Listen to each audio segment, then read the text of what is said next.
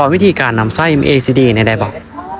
ง่ายๆสำหรับการใส่ MACD ในการเทรดใน BX Trade นะมาเบิ่งนำกันขี่ออกให้เบิ่ง1ออเดอร์ง่ายๆเลยนะมาเบิ่งสภาพนี้ออกไป70เหรียญนี่เขาเห็นบ่เบิ่ง MACD จุดๆนี้จะปรับลงแล้วบ่แนวโน้มของตลาดกำลังจะเป็นเทรนขาลงแบบนี้นะลงมาจังหวะนี้ขายตั้งแต่9วิ10วินี่เลยก็ได้จัดขายไปเลยสังเกตแบบใดที่เราจะซื้อหรือว่าจะขายสังเกตเบื้องแนวโน้มของตลาดเลยเนาะ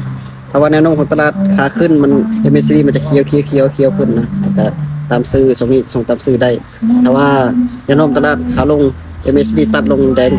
นี่ครับก็ตามขายได้โอ้มาเบิ่งเอาได้นี่นะเห็นว่าโอ้ลงงามๆนี่ประมาณนี้ว่างามๆเลยเนาะ2เส้นนี้ตัดกันเห็นบ่ใกล้จะตัดกันแล้วยิ่งเทลงเห็นขายนี่ยิ่งเทลงเลยมาอีก9วินี่ก็วิ่งงามๆแล้วโอ้ตีลังกาวิ่งได้ละนี่นี่แนวโน้มขาลงนี่สุดยอดเลยเนี่ยจัดไปงามก็ถือว่าง่ายๆบางสังเกตบาง MACD เขียว